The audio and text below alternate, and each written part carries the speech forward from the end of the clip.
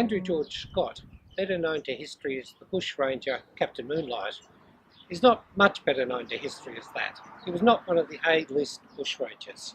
He's of interest to us mostly because of his romantic attachment to his young companion, James Nesbitt. Scott and Nesbitt met here at Pentridge Jail in the 1870s when they were both serving time, and they clearly became quite attached to each other. Scott decided that bushranging was the life for him, and Nesbitt decided to join him, along with two other young men that they knew. This was not a glorious success. Within a couple of months, they had made their way to New South Wales, but they were broke, they were hungry, and they were desperate.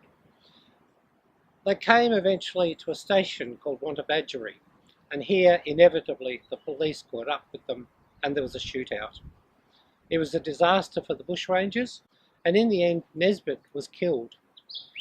The remarkable thing is that, as newspaper reports said at the time, he wept like a child, laid his head upon his breast, and kissed him passionately.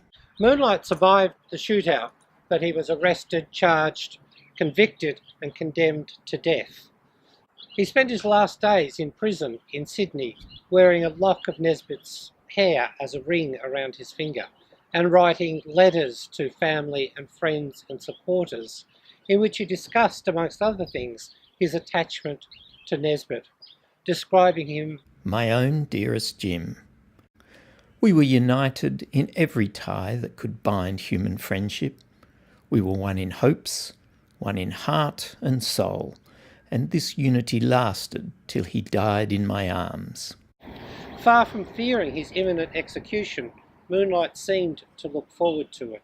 "I long to join him where there shall be no more parting." Moonlite pleaded with the authorities to let him be buried with his young friend, writing to them, expressing that wish, and designing a headstone for their common grave, which he wanted inscribed, "This stone covers the remains of two friends."